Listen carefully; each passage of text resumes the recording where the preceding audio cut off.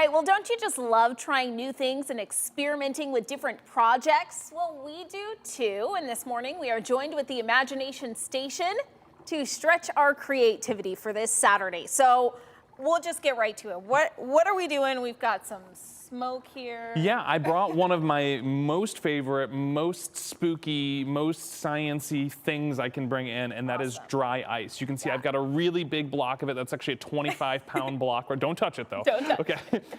It's extremely cold. We're talking like negative 180 degrees. Ooh. It's extremely, extremely cold. So, but what's really cool about it is, it's actually like throwing off the white balance almost. Yeah, it's so cold and white and everything like that. I love that. Could you grab that cup of water behind it and just kind of put it up front here? Yeah. Yeah, it's just regular water. Okay. Don't worry, I can see you like, ooh, is this cold? Is this warm? Dry ice is really cool. I have it in pellet form here. And if you'd like, why don't you put on a glove, and we'll throw on our goggles too while we're doing it.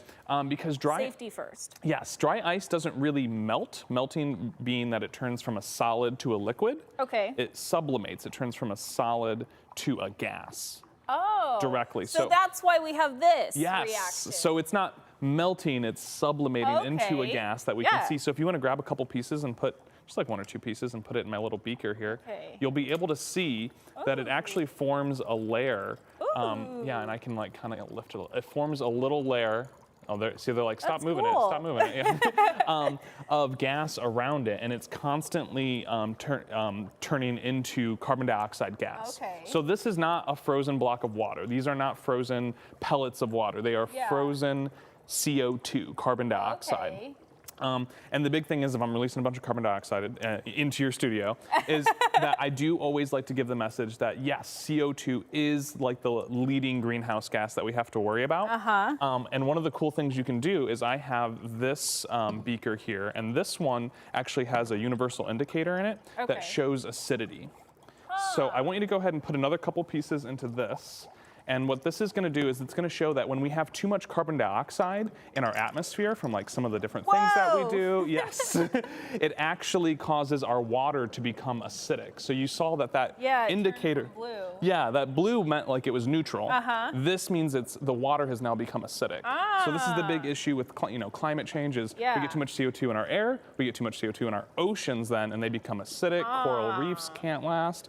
I see. So while we're teaching kids this, we get to have spooky fun times, right? But also teach them about the environment, all those important things to be thinking about our CO2 emissions and everything like that. That's so cool. So yes, I always want to make sure I look. I mean, look how acidic that looks right now. It's like this bright orange. It's actually kind of a spooky orange. Perfect for Halloween. Right? Not perfect for our oceans though. Okay, let's be clear on that one. Okay, good for Halloween, not good for the oceans.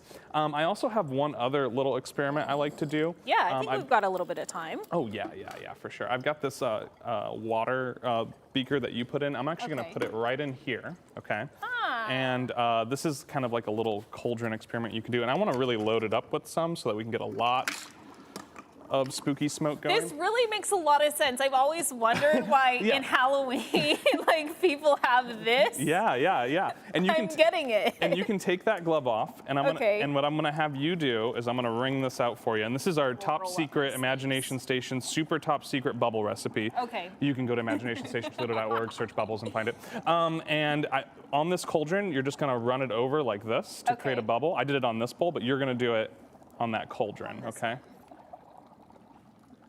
And we'll see if we can't. Here, let me like wet the edge. Not do it no, right? you did it, but kind of like press down. Oh, press hard. Okay. Yeah, press down as you do it.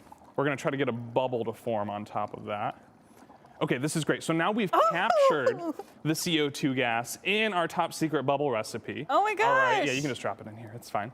All right, and this is a way that we can do like a really cool like boo bubble filled with smoke. It's gonna like overflow. It will eventually overflow. It will eventually pop, and it actually gives that kind of cool movie magic kind of. This is awesome.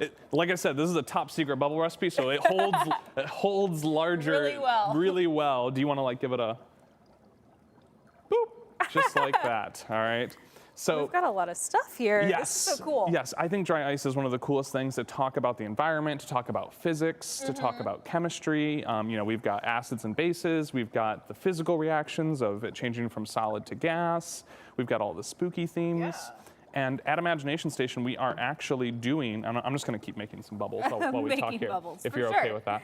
At Imagination Station, we actually have our spooky science activities happening 28th through the 31st. Okay. Through 28th, that Friday, Saturday, Sunday, if I have those dates right. And our big members event, if you're a member, Okay. is on the 27th. But if you're coming for spooky science, I'm telling you, you've got to check out Guinness. Okay. All right, we have Guinness World Records. What's going on with that? It's an extremely cool exhibit. I'm telling you, this is one of my favorite traveling exhibits that we've had at Imagination Station in a very long time. There's different ways to break records with like cup stacking, or the one I've been trying is the Pac-Man game. I can't beat the record. I'm not even close. I know. But they have a giant man. Pac-Man game that's really, really, really quite cool. Yeah. So I definitely think if you're looking for something to do this Halloween, we've got the spooky stuff coming that weekend, but we're going to have Guinness for a little while. So I would definitely come and check out that exhibit. Definitely a lot going on. I can flex my science right here. I'm pretty sure dry ice is measured in Kelvin. Is that correct? You can. Oh, yeah. So Kelvin is a really useful, I don't get anybody who ever wants to talk to me about Kelvin degrees. I'm very excited by this, okay? I do remember things. Math and yes. science were kind of my favorite when I was in school, ironically, because now I'm on TV. Oh, yeah. Oh, that's great. Well, yeah, Kelvin is a really cool temperature scale because it doesn't have negatives. Yeah. So it goes from like absolute zero, the coldest thing you can get, like imagine outer space, a single atom moving, that's 0. And then everything is up from there. So the reason why you might want to use that scale to talk about things like liquid nitrogen, dry ice, is because it's hard to conceive, for humans, like what's negative 180 degrees, right?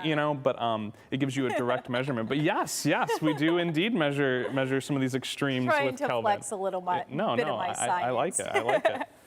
All right, well, if you all are interested, maybe you want to try some of these experiments, try some dry ice, learn about Kelvin as well, you're welcome to. You can find more at Imagination Station, or you can just head over there for a visit. We've got all of that information posted right now at WTOL.com. You can head over to our website. Happy spooky season. We'll see you after the break.